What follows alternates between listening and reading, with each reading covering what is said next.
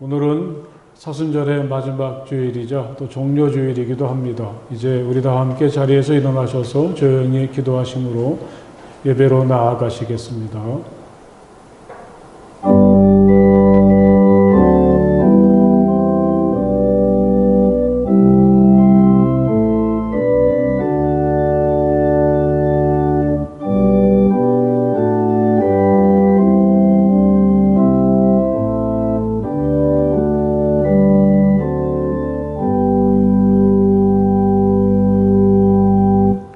너희 모든 나라들아 주님을 찬송하며 너희 모든 백성들아 그를 칭송하여라. 우리에게 향하신 주님의 인자하심이 크고 주님의 진실하심은 영원하다. 할렐루야. 아멘.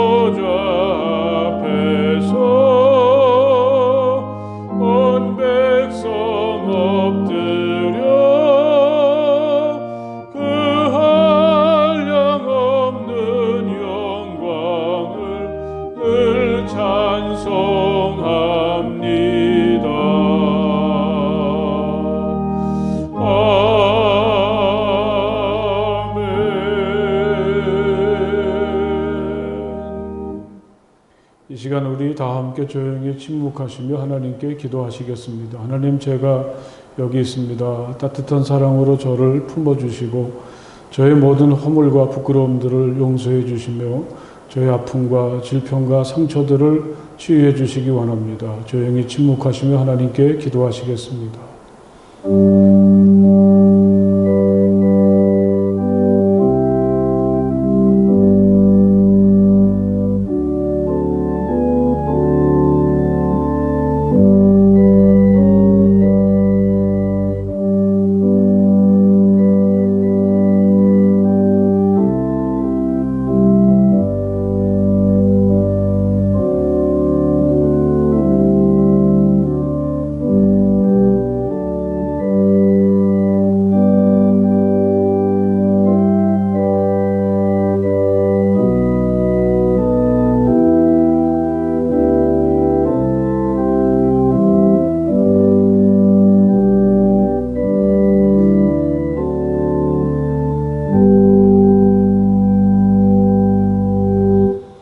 주님께서 당신들에게 복을 주시고 당신들을 지켜주시며 주님께서 당신들을 밝은 얼굴로 대하시고 당신들에게 은혜를 베푸시며 주님께서 당신들을 고이 보시어서 당신들에게 평화를 주시기를 빕니다.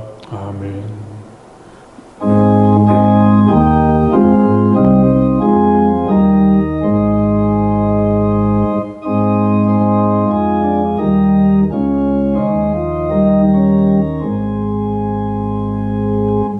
만복의 근원 하나님 온 백성 찬송 드리고 저 천사여 찬송하세 찬송 성부 성자 성령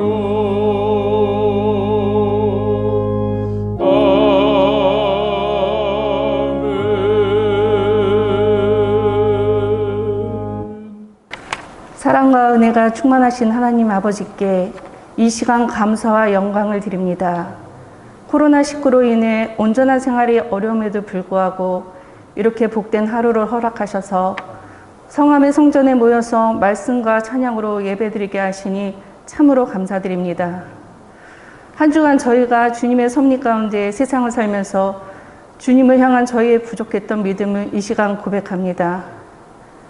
긍휼히 여겨주시고 이 시간에 말씀과 찬양을 통해 주님을 향한 저희의 믿음을 더욱 강건하게 붙잡아 주시옵소서.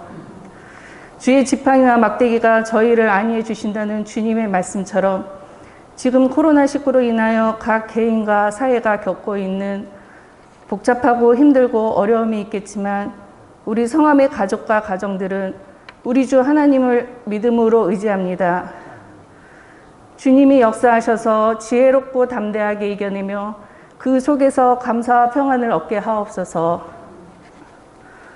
사순절 마지막 주를 맞이하였습니다. 우리의 허물을 먼저 용서해 주시고 저희를 구원하시려고 십자가에 못 박혀 돌아가신 독생자 예수 그리스도를 사흘 만에 부활하게 하신 우리 주 하나님의 깊고 넓은 사랑에 감사드립니다. 사순절 마지막 주를 살아갈 때에 십자가 보혈의 의미를 다시 한번 깨달으며 저희의 삶이 우리 주님과 더불어 살아감으로써 새롭게 거듭나고 기쁨을 누리는 삶으로 이끌어 주시옵소서. 감사와 기쁨과 경건한 마음으로 경배드리며 살게 하옵소서. 이 시간 말씀을 전하시는 목사님께도 주님의 권능의 팔로 붙잡아 주셔서 성령 충만하게 하시고 말씀에 아멘으로 화답하게 하는 큰 은혜가 임하는 복된 시간이 되게 하옵소서. 오늘 예배에 참석하지 못한 성함의 가족들, 우리 주님께서는 아시오니 어디에 있든지 우리 주님을 기억하고 주님의 말씀 안에서 거룩한 삶을 살게 하옵소서. 또한 늘 애쓰고 봉사하는 손길들을 기억해 주시고 주님의 은혜가 넘쳐나게 하옵소서. 이 시간 드리는 예배의 주관을 주님께 맡기며 모든 것에 감사드리며 이 모든 말씀을 예수 그리스도 이름으로 기도드렸습니다. 아멘. 오늘 우리에게 주시는 하나님의 말씀은 마태복음서 5장의 말씀이 되겠습니다. 마태복음서 5장 1절에서부터 12절까지의 말씀을 다 찾으십시오. 마태복음서 5장 1절에서부터 12절까지의 말씀을 이제 제가 봉독하겠습니다. 예수께서 무리를 보시고 산에 올라가 앉으시니 제자들이 그에게 나와왔다. 예수께서 입을 열어서 그들을 가르치셨다. 마음이 가난한 사람은 복이 있다. 하늘나라가 그들의 것이다. 슬퍼하는 사람은 복이 있다. 하나님이 그들을 위로하실 것이다. 온유한 사람은 복이 있다. 그들이 땅을 차지할 것이다. 의에 줄이고 목마른 사람은 복이 있다. 그들이 배부를 것이다. 자비한 사람은 복이 있다. 하나님이 그들을 자비롭게 대하실 것이다. 마음이 깨끗한 사람은 복이 있다. 그들이 하나님을 볼 것이다. 평화를 이루는 사람은 복이 있다. 하나님이 그들을 자기의 자녀라고 부르실 것이다. 의를 위하여 박해를 받은 사람은 복이 있다. 하늘나라가 그들의 것이다. 너희가 나 때문에 모욕을 당하고 박해를 받고 터무니없는 말로 온갖 비난을 받으면 복이 있다. 너희는 기뻐하고 즐거워하여라. 하늘에서 받을 너희의 상이 크기 때문이다. 너희보다 먼저 온 예언자들도 이와 같이 박해를 받았다. 아멘. 네, 참 오랜만에 봄비가 촉촉하게 적시는 그러한 아침입니다. 오늘 이 아침에 하나님께 나와서 예배드리는 우리 성도 여러분들, 또 가정에서 하나님을 예배하는 우리 모든 교우들에게 이 봄비와 같이 촉촉한 하나님의 은총이 내리시기를 간절히 바랍니다. 할렐루야. 우리 옆에 계신 분들과 함께 봄비 같은 하나님의 은혜가 당신에게 임하시길 바랍니다. 인사해 보십시오. 봄비 같은 하나님의 은혜가 당신에게 임하시길 바랍니다. 예, 오늘부터 이제 예루살렘에서의 예수님의 순환의 한 주간이 시작이 됩니다. 오늘은 예수님께서 예루살렘에 들어가신 것을 기념하는 종료주일입니다. 이 고통과 모욕, 죽음이 기다리고 있는 것을 알면서도 예루살렘을 회피하지 않고 들어가시는 예수님을 우리가 좀 바라보아야 되겠습니다. 호랑이 굴로 들어간다고 할까요? 우리도 그랬으면 좋겠습니다. 겁 많고 허둥대고 나 하나 추스르기에도 벅찬 현실이지만 만일 나에게도 찾아가야 될 예루살렘이 있고 내가 감당해야 될 십자가가 있다면 사랑하는 여러분, 이젠 우리가 회피하지 마십시다. 나를 보내신 하나님의 뜻을 이루어드리고 또 그가 원하시는 삶을 위해서라면 좀 고통스럽고 또 어려운 순간도 잘 견디고 감당하려는 마음가짐을 십자가를 지러 예루살렘으로 들어가시는 예수님께로부터 배워야 되겠습니다. 톨스토이가 남긴 작품 중에 이반 일리치의 죽음이란 소설이 있습니다. 주인공 이반 일리치는 이미 오래전에 아내를 향한 사랑이 식었고 또 자식들을 도무지 이해하지 못하며 자신의 출세를 도와줄 사람이나 높은 지위에 있어서 선망의 대상이 되는 사람들한테만 잘하는 오로지 성공과 출세만을 목적으로 살아가는 사람입니다.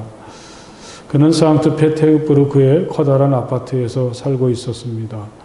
그의 집에서는 저녁마다 맥빠진 파티가 자주 열리지만 인간다운 정을 느끼는 따뜻한 만남이나 진지함은 그 자리엔 없었습니다. 그는 고등법원의 판사였습니다. 그는 자신의 직위를 즐기는데요. 그것은 자기가 그 자리에 앉아 있으면 사람들에게 존중을 받아서였습니다. 그러던 어느 날 그는 우연히 사다리에서 떨어져서 옆구리를 다칩니다. 처음에는 별거 아니라고 생각했었는데 고통은 점점 더 심해지고 죽음에 이르게 되었습니다. 그가 이렇게 죽음의 문턱에 있었지만 그 주변에서 진심으로 그를 위로하고 걱정하는 사람들은 없었습니다. 죽어가는 그를 지켜보면서 법원에서 함께 근무하는 동료들은 그가 죽을 때 자기들에게 돌아올 이득을 계산합니다. 덕분에 내가 승진할 것이고 또 그러면 월급이 얼마나 오를지, 그가 죽으면 빈자리에 친한 친구를 데려와야 되겠다, 그런 생각을 하면서 그의 죽음을 그렇게만 받아들일 뿐입니다. 이반의 가족들도 그의 죽음을 안타깝게 여기기는 해도 정작 그들의 걱정은 그게 아니었습니다. 그의 아내는 자기가 받을 연금이 반으로 줄어들게 되는 것을 걱정합니다. 결혼식을 앞둔 딸은 장례식 때문에 자기의 결혼식이 엉망이 될까 걱정하죠. 그 주변에 그 누구도 인간으로서의 이반을 사랑한 사람은 없었습니다. 판사이기 때문에 부유한 아버지이자 가장이어서 그런 것뿐이죠. 죽어가는 이반이 간절히 바랬던 것은 진심으로 그를 동정해주고 자신을 달래주고 울어주는 것뿐이었습니다. 톨스토이는 이 소설을 통해서 우리의 삶 가운데서 무엇이 가장 소중한 것인가 말하려고 한 것 같습니다.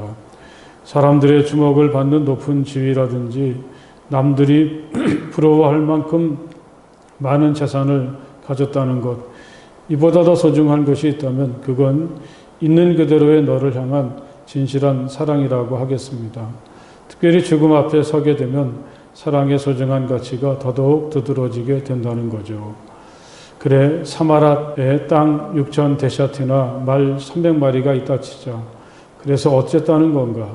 그래, 고골이나 푸슈킨이나 셰익스피어나 몰리에르보다 세상의 모든 작가보다 더 유명해진다고 치자 그것이 무슨 의미가 있다는 말인가? 나는 답을 찾을 수가 없었다. 톨스토이는 자신의 현실을 바라보면서 이런 탄식을 한 적이 있습니다. 그가 이반 일리치의 죽음에서 던지는 삶의 근원적인 행복과 진정한 가치에 대한 해답을 나사렛 예수에게서 찾은 사람들, 그들을 우리는 바로 그리스도인이라고 부르고 있습니다. 이 세상 사람들이 소중히 여기는 높은 지위라든지 명예나 많은 재산, 이보다 더 가치 있고 소중한 것이 있다면 그건 나사렛 예수와 그를 통해서 우리가 누리게 되는 진정한 삶, 인간다운 삶이라고 하겠습니다. 오늘도 우리는 예수가 우리에게 던져주시는 진정한 삶의 가치, 이 8가지 행복들 중에서 마지막 부분을 함께 읽었습니다. 그동안 주님은 우리에게 마음이 가난한 사람, 슬퍼하는 사람, 온유한 사람, 의에 줄이고 목마른 사람, 자비한 사람, 마음이 깨끗한 사람, 이런 사람들이 행복하다고 말씀을 하셨습니다. 여러분들은 이 주님의 말씀을 지난 몇 주간 동안 어떻게 받아들이셨습니까?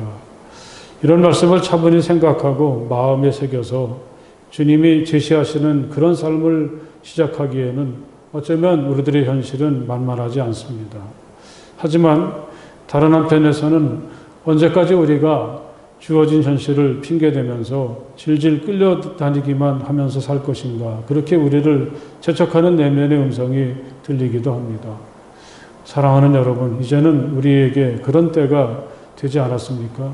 한번 예수님을 바라보고 예수님처럼 살려고 애를 쓰는 거죠. 힘들더라도 말이죠. 이게 우리를 전혀 생각하지 못한 방향으로 이끌어가기도 한다는 것을 마음 깊이 새기시길 바랍니다.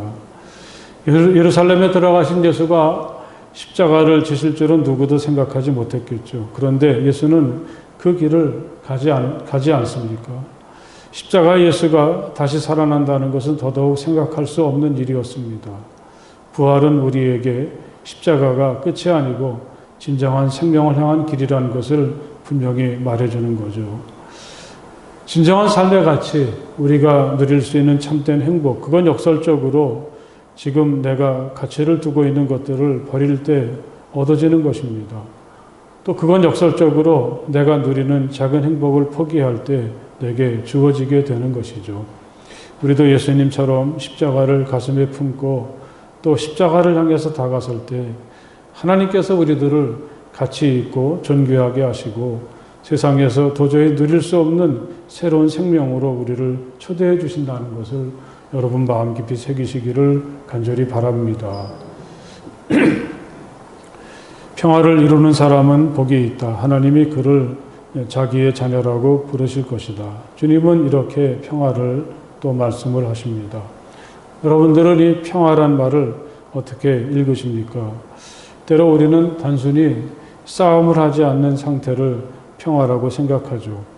예수님이 태어나셨을 때가 역사가들이 말했던 이른바 로마의 평화의 시대라고 했는데 그건 진정한 평화는 아닙니다. 로마가 하도 강해서 이 세상의 모든 패권을 다 장악해서 감히 로마에 대드는 민족이 없으니까 싸움은 그쳤지만 로마의 압박 아래에서 사람들은 숨을 죽이듯이 그렇게 살아야만 했습니다. 오늘 예수님께서 우리에게 평화를 말씀하실 때 그건 오로지 예수를 통해서 우리가 누리게 되는 평화이기도 합니다. 나는 내 평화를 너희에게 준다. 내가 너희에게 주는 평화는 세상이 주는 것과 같지 않다. 예수는 이렇게 세상을 향해서 두려워하고 의기소침해진 제자들에게 자신의 평화를 선물하십니다. 그 평화가 십자가의 공포와 고통을 이기는 힘이 된 거죠. 이 평화는 그 세상의 어떤 것으로도 빼앗을 수 없는 평화입니다. 이건 단순히 싸움을 하지 않은 상태가 아니라 우리가 세상에서 누릴 수 있는 가장 좋은 상태를 말한다고 하겠습니다. 이보다 더 좋을 순 없다. 막연하긴 하도 이게 평화에 가까운 말이라고 하겠습니다. 참 행복하구나, 이런 느낌도 주님께서 말씀하시는 평화의 또 다른 모습이기도 합니다. 여러분, 우리가 현실 생활 속에서 예수님이 말씀하신 것처럼 평화를 위해서 노력하고 평화를 이루는 사람이 된다면 우리들의 상식으로는 먼저 우리가 진정한 평화, 예수님의 평화를 누릴 때 가능한 것이 아니겠습니까? 하지만 여러분 한번 생각해 보십시오. 우리는 이 세상에 부대끼면서 지내다 보면 이 주님이 주시는 이런 평화를 경험할 때보다 그렇지 못한 때가 더 많지 않습니까? 여러분은 어떠십니까?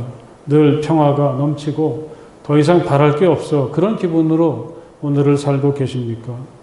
아직 평화가 뭔지도 모르고 또 평화를 깊이 느끼지도 못하는 우리들에게 예수님은 너희들은 평화를 이루는 사람, 이 피스메이커가 되어야 된다. 그렇게 하실 때 혹시 주님이 우리 현실을 잘 모르시고 이런 엄청난 요구를 하시는 건 아닐까.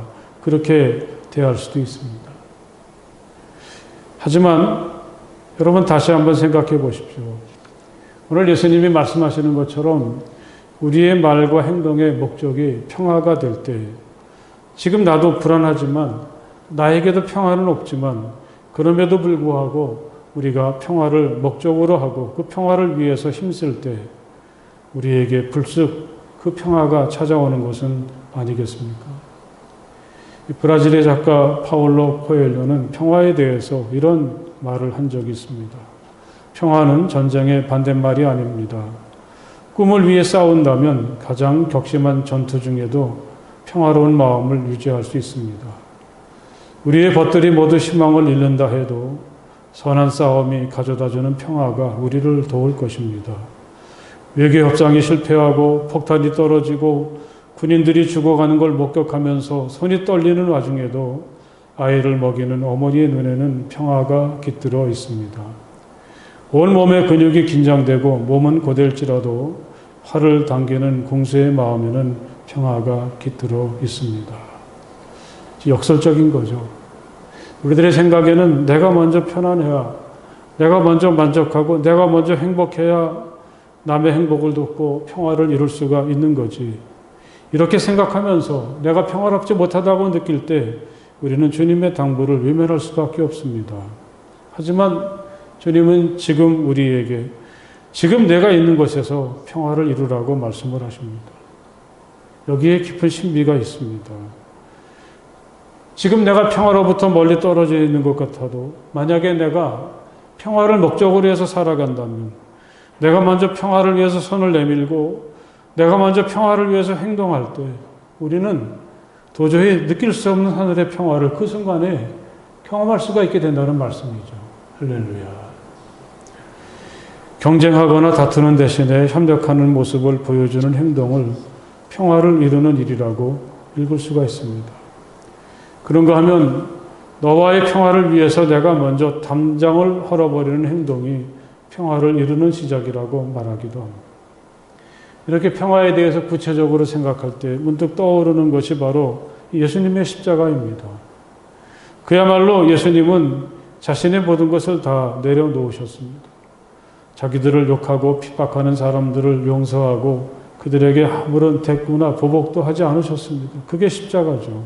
그런데 그 십자가를 통해서 사람들 사이의 장벽이 무너지기 시작하고 진정한 하나님의 평화가 이 세상에 찾아오지 않았습니까? 사도 바울은 십자가 예수를 가리켜서 그리스도께서는 우리의 평화이십니다. 원수된 것을 십자가로 손별하시고 이 둘을 한 몸으로 만드셔서 하나님과 화해시키셨다고 그렇게 고백을 합니다. 여러분, 결국 우리가 이 평화를 이룬다는 것은 십자가 예수를 따르는 일이라 그렇게 말할 수가 있겠습니다. 내가 무슨 불이익을 당하거나 억울한 일이 있어도 꼭 참고 견디면서 용서하고 사랑하는 마음으로 너에게 다가가는 일이죠. 이게 바로 나와 너 사이에 있는 담을 허물게 되고 나와 너 사이에서 평화를 이루는 시작이 됩니다. 물론 내가 나의 용서, 나의 환대를 받아들이지 않을 수도 있습니다. 사실은 그런 경우가 더 많지 않습니까? 예수님의 십자가가 그걸 잘 말해줍니다. 그럼에도 불구하고 내가 먼저 평화를 위해서 노력할 때 그런 마음이 참 중요합니다. 그게 바로 주님께서 십자가 위에서 찾은 평화입니다. 이 파울로 코엘료가 소개했던 아침에 대한 멋진 정의가 있죠. 한 이방인이 우리에게 다가오고 있을 때 우리가 그를 형제로 받아들여 모든 갈등이 소멸되는 그 순간이 바로 밤이 끝나고 날이 밝는 순간이다. 이 글을 저는 좀 이렇게 패러디를 좀 해보았습니다. 그동안 불편하게 지내던 사람을 일방적으로 내가 형제로 받아들이는 순간, 그때가 분열과 갈등, 단절이 사라지고 평화가 임하는 순간이다. 어떠한 사람을 향해서든지 어떠한 자리에서든지 평화를 마음에 품고 그 평화를 위해서 행동하는 그때에 하늘의 평화가, 하나님의 평화가 우리를 찾아온다는 사실을 여러분 마음 깊이 새기시기를 간절히 바랍니다. 하나님이 그들을 자기의 자녀라고 부르실 것이다. 예수님은 이렇게 평화를 위해 애쓰는 사람들이 누리는 행복을 말씀하십니다. 여러분, 우린 누구나 이미 하나님의 자녀가 아닙니까? 예수님을 통해서 우리가 받은 가장 귀한 선물은 이제 우리가 하나님의 자녀가 되었다는 그 사실입니다. 예수님의 십자가가 우리를 하나님의 자녀로 누구도 갈라놓을 수 없는 하나님과의 깊은 친밀함으로 우리를 초대해 주셨습니다. 여러분은 오늘 그렇게 느끼며 세상을 살고 계십니까? 나는 누가 뭐래도 하나님의 자녀야. 자신에 대한 이런 확신 말입니다. 역설적으로 내가 하나님의 자녀라는 것을 온몸으로 느끼는 순간이 있다면 그건 이 세상에서 하나님의 자녀로서 자신을 드러내고 그렇게 살 때라는 사실을 저는 이 말씀을 묵상하면서 깨닫게 되었습니다. 예수는 이미 하나님의 아들이셨지만 예수가 세상에서 자신이 하나님의 아들이신 것을 드러내고 하나님의 아들로서의 삶을 시작할 때 그 출발이 세례였는데 그때에 하늘이 열리고 이는 내가 사랑하는 아들이다. 내가 그를 좋아한다. 하늘의 음성이 그에게 들렸던 것처럼 말입니다. 그때 너희는 진정 자신이 누구며 하나님의 집에서 자신의 자리가 어디인지 알게 될 것이다. 유진 피터슨 목사는 이렇게 하나님의 자녀가 된다는 것을 이해했습니다. 여러분, 우리가 진정한 하나님의 자녀라면 이제부터 우리는 하나님의 자녀답게 세상을 살아가야 되겠습니다. 이게 바로 내가 하나님의 자녀라는 것을 느끼는 가장 중요한 방법입니다. 비록 어둡고 혼탁한 세상을 살아가고 있지만 결코 우리 아버지이신 하나님께 대한 믿음이 흔들릴 수는 없습니다. 아버지이신 하나님께서 지금도 나를 지독하게 아끼시고 사랑하신다는 것을 우리는 결코 의심할 수 없습니다. 만약에 우리가 이런 하나님의 자녀라면 우리의 말과 행동이 하나님을 모르는 사람들, 하나님의 사랑을 전혀 알지 못하는 사람들과 같을 수는 없는 거죠. 이와 같이 너희 빛을 사람에게 비추어서 그들이 너희의 착한 행실을 보고 하늘에 계신 너희 아버지께 영광을 돌리게 하여라. 하나님은 우리에게 모든 것을 다 믿고 맡겨주셨습니다. 그래서 우리가 하나님의 자녀인 거죠. 하나님을 알지 못하는 사람들은 우리를 보고 우리가 하는 말과 행동을 보면서 하나님이 어떤 분이신지를 알게 됩니다. 여러분, 우리는 누가 뭐래도 이미 하나님의 자녀가 된 사람들이죠. 하나님의 자녀답게 생각하고 하나님의 자녀답게 살아갈 수 있기를 간절히 바랍니다. 우리에게 한없는 사랑으로 다가오시는 사랑의 하나님, 참 좋으신 하나님, 우리가 오늘 예수님이 말씀하시는 것처럼 착한 행실을 통해서 그 하나님을 드러내려고 할 때 하나님은 그런 우리를 향해서 너는 내가 사랑하고 좋아하는 나의 자녀다. 이렇게 말씀을 해 주십니다. 우리가 누리는 찬사 중에 이것보다 더 귀한 것이 없다는 사실을 마음 깊이 새기시기를 간절히 바랍니다. 의를 위하여 박해를 받은 사람은 복이 있다. 하늘나라가 그들의 것이다. 이 마지막 8번째 행복에서 주님은 다시 의를 말씀하십니다.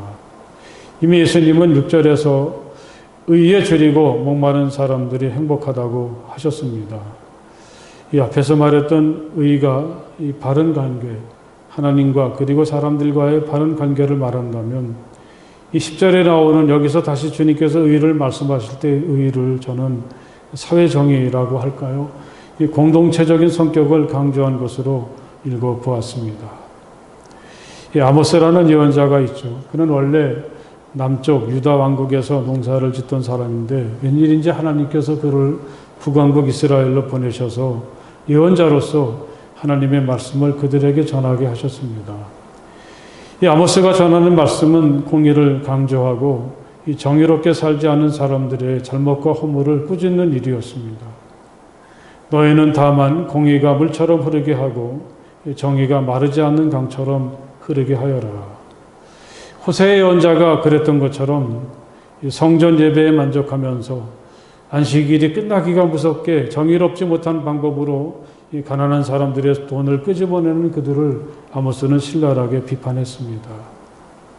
하나님께서 이 아모스를 통해서 우리에게 일깨워 주시는 정의란 약자에 대한 배려와 관심이라고 할 수가 있습니다. 소위 그 n분의 1이라는 게 있죠. 어떤 그 과제가 있을 때 모든 사람들이 똑같이 부담하는 것을 말하죠. 우리에겐 이게 참 공평하고 정확한 것 같지만 하나님은 그것을 편안하게 생각하지 않으셨습니다. 만약에 그가 다른 사람들보다 더 많이 가지고 있다면 그만큼 그 사람에게 더 많은 책임이 있다는 것. 이게 바로 하나님의 공의요 정의입니다. 이렇게 아모스가 불의하게 재산을 모은 사람들을 고발하고 더 많은 책임을 그들에게 요구할 때 사람들이 그를 좋아할 리가 없죠. 네 나라로 돌아가라. 선견자는 여기를 떠나시오. 유다 땅으로 피해서 거기에서나 예언을 하면서 밥벌이를 하시오. 아모스는 이렇게 공의를 외치고 공의를 위해서 살다가 이런 협박과 모욕을 당하게 됩니다. 우리는 이런 아모스를 통해서 하나님이 생각하시는 정의가 어떤 것인지 또 의를 위해서 사는 사람들이 어떻게 되는지를 알 수가 있습니다. 다시 말씀드리지만 가난하고 힘들게 사는 사람들을 배려하고 그들이 사람답게 살도록 돕는 것, 그게 하나님의 관심사이고 정의라고 하겠습니다. 하지만 이런 외침을 사람들은 별로 좋아하지 않습니다. 대부분의 사람들은 다른 사람을 희생해서라도 자기만을 위해서 살고 있기 때문이죠. 그렇기 때문에 의를 외치고 의를 위해서 사는 사람들은 대부분 따돌림을 당하기도 하고 또 그런 말을 하지 못하도록 탄압을 받게 되기도 하고 살던 곳에서 쫓겨나게 되기도 합니다. 그런데 하나님은 우리들에게 하나님의 나라가 그들의 것이다. 이렇게 그런 사람들이 누리는 행복을 말씀하셨습니다. 정의를 외치고 그것을 실현하기 위해서 애쓰는 사람들에겐 이 세상에선 점점 더 설 자리가 없어지게 되고 더 많은 탄압과 박해가 가해지지만 그럴수록 그런 사람들에게 하나님의 나라가 더 가까이 다가왔다는 말씀입니다. 하나님은 결코 그런 사람들을 그냥 내버려 두지 않으십니다. 나는 선한 싸움을 다 싸우고 달려갈 길을 마치고 믿음을 지켰습니다. 마지막을 직감한 바울은 이렇게 단 3마디로 자신의 삶을 요약했습니다. 하지만 여기엔 얼마나 많은 고통과 박해와 어려움이 담겨 있습니까? 그런데 바울은 이게 자신의 마지막은 아니라고 분명히 이야기하죠. 이제는 나를 위하여 의의 면류관이 마련되어 있다. 자신을 기다리고 있는 하늘나라와 예수님의 한대를 그는 이미 확신하고 바라보고 있습니다. 여러분, 이 대목은 우리에겐 참 중요하다고 하겠습니다. 어쩌면 우린 이제 더 이상 뒤로 미루지 말고 분명한 선택을 해야 될지도 모르죠. 내가 눈에 보이는 세상에서 환대를 받고 여기서 풍성함을 누리며 살 것인가? 아니면 눈에 보이진 않지만 하늘나라에서 그리고 예수님께서 환대해 주시는 그런 사람이 될 것인가? 이반 일리치의 죽음에서 이야기하는 것처럼 이 세상에서의 환대는 신기루처럼 맥없이 사라질 수도 있습니다. 하지만 우리가 박해를 무서워하지 않고 하나님께서 원하시는 것을 이야기하고 그걸 위해서 살아갈 때 하늘나라에서 우리의 자리는 확고하게 된다는 것, 여러분 마음 깊이 새기시기를 간절히 바랍니다.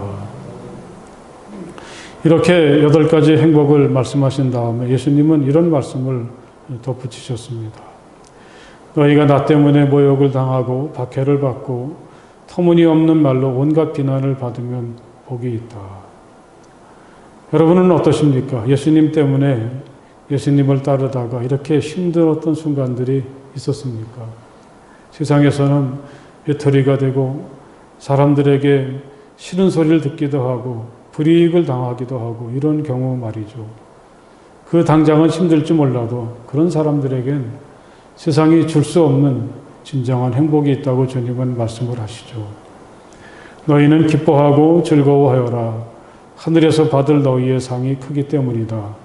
너희보다 먼저 온 예언자들도 이와 같이 박해를 받았다. 만약에 우리가 고난을 당하면서도 어떤 불이익이나 피해를 감수하면서까지도 십자가를 붙잡고 있고 여전히 믿음의 길을 걸어가고 있다면 우린 그걸 기쁘고 즐겁게 누릴 수가 있어야 되겠습니다. 왜냐하면 이게 우리가 이 시대에 진실하게 예수님을 따르는 사람이라는 값진 증거가 되기 때문이죠. 할렐루야. 그런 우리를 하나님은 결코 그냥 두지 않으십니다. 하늘의 상이 우리를 기다리고 있습니다. 할렐루야. 기도하시겠습니다. 하나님 감사합니다. 어지럽고 혼탁하고 어디로 갈지 모르는 어떤 일이 벌어질지 모르는 불확실한 세상에서 이 주님의 말씀을 통해서 우리가 가져야 될 마음가짐, 이 평화와 의를 다시 생각하고 떠올리게 하시니 정말 감사합니다. 비록 나도 불안하지만 평화를 목표로 삼고 내가 힘은 없어도 의를 나의 삶의 귀한 목표로 세우며 힘차게 걸어가는 우리가 되게 하여 주시옵소서. 그 일을 통해서 하나님의 자녀가 된 기쁨을 누리고 언제나 더욱더 가까워지는 하늘의 행복 속에 살아가는 우리 모두가 될 수 있도록 도와주시옵소서. 예수님 이름으로 간절히 기도드렸사옵나이다. 아멘.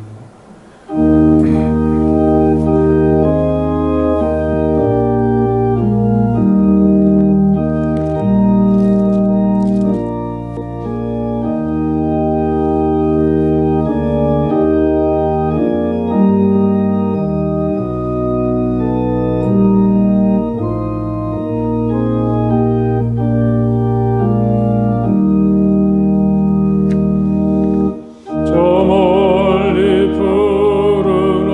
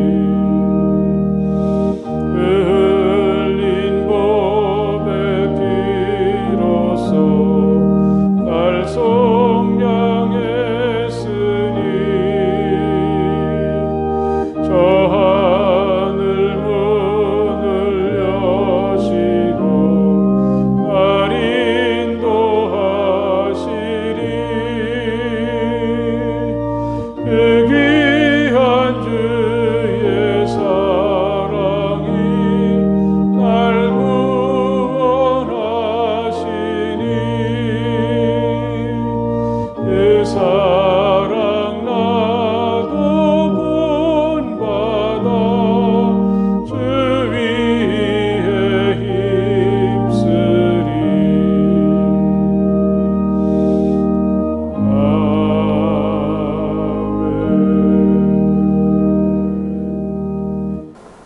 할렐루야. 다시 이렇게 주일 아침에 여러분들을 뵙게 되니까 정말 감사합니다. 우리 하늘의 은혜와 복이 충만한 우리 모두가 될 수 있기를 바랍니다. 우리 옆에 계신 분들하고 한번 사랑하고 축복합니다. 인사해 보십시오. 사랑하고 축복합니다. 예. 주보에 있는 광고를 잘 보십시오. 이제 이번 주간으로 사순절이 다 맞춰지게 되는데 또 우리가 한번 자신을 돌아보고 또 힘을 얻는 소중한 축복의 기회가 된 줄 믿습니다.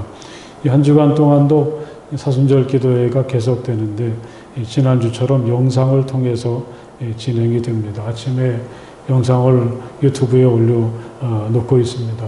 여러분들이 편안한 때 또 조용한 때 그 영상을 보시면서 주님을 생각하고 또 말씀을 통해 은혜 받고 또 깊이 기도하는 그런 은혜가 있기를 바랍니다. 그래서 이 영상으로 진행되는 이 사순절 기도회가 정말 내 삶이 성소가 되고 또 하나님의 은혜를 우리의 생활 속에서 느끼는 그러한 기회가 될 수 있기를 간절히 바랍니다. 다음 주일은 부활절인데 또 부활절이라고 해도 어떻게 우리가 이 상황 때문에 특별히 할 수 있는 일은 쉽지 않은 것 같습니다. 예배를 통해서 우리가 하나님께 영광을 돌리고 부활의 기쁨에 참여하는 정말 예배가 축제가 되는 다음 주가 되기를 기대합니다. 그래서 그 8시 30분 예배, 이 시간에 드리는 예배를 아침 7시로 한번 좀 바꿔 보았고, 그때는 이 촛불 예배를 통해서 빛으로 오시는 예수님을 가슴 깊이 맞아들이는 그런 뜻깊은 시간을 가지려고 하니까 여러분들이 원하시는 분들은 아침 7시에 오시면 깊은 은혜를 또 특별히 나누게 될 줄 믿습니다. 그래서 천원교회에서 준비할 테니까 그냥 기쁜 마음으로 참여만 하시면 좋겠고요. 또 그 7시 예배 시간에는 헌금 순서를 따로 가지지 않고 들어오실 때 헌금을 드리면 그걸 봉헌하는 식으로 그렇게 진행을 하려고 하니까 잘 참고하시면 되겠습니다. 또 공동예배는 그러니까 다음 주에는 8시 반에는 예배가 없으니까 여러분 꼭 기억하시길 바라고요. 이 공동예배는 10시와 11시 30분에 예전처럼 드리게 되고 11시 30분에는 그 세례 예식을 거행하겠습니다. 아동부와 중고등부도 또 청년들도 이 부활절의 특별한 순서를 가지고 대면 예배와 모임을 갖는다고 합니다. 또 이 부활절이 되었을 때 부활절 헌금도 정성껏 드려주시면 우리가 그걸 가지고 우리 지역의 어려운 교회나 목회자들을 돕는 일에 잘 사용을 하도록 할 테니까 또 헌금을 드리는 일에도 정성을 다해 주시기 바랍니다. 이번 토요일에는 우리 교회에서 성장한 이한나 청년, 우리 홍차자 성도님의 딸인데 결혼식을 하게 됩니다. 새롭게 이루어지는 가정을 위해서 기도해 주시고 또 가능하시면 함께 하셔서 기쁨으로 축복해 주시면 좋겠습니다.